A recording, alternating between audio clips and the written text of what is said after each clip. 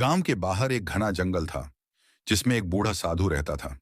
साधु ने अपनी जिंदगी में बहुत ज्ञान और अनुभव अर्जित किया था।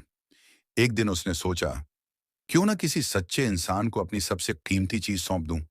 साधु ने पूरे गांव में घोषणा की, जो भी सच्चा और ईमानदार होगा उसे मैं अपनी अमूल्य वस्तु दूंगा। गांव के सभी लोग उत्साहित हो गए। सभी ने साधु से मिलने की तैयारी की।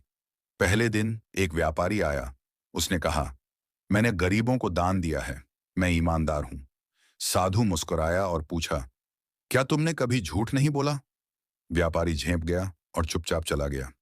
दूसरे दिन एक किसान आया। उसने कहा, मैंने अपने खेतों से कभी चोरी नहीं की, मैं सच्चा हूं। साधु ने पूछा, क्या तुमने कभी लालच किया?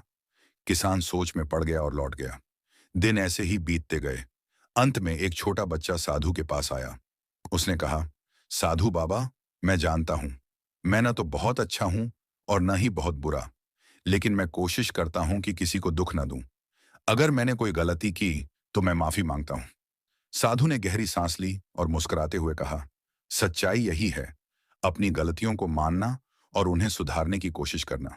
उन्होंने बच्चे को एक सुंदर सोने का कमल दिया और कहा, यह खजाना तुम्हारे सच्चे दिल के लिए है, इसे हमेशा संभाल कर रखना।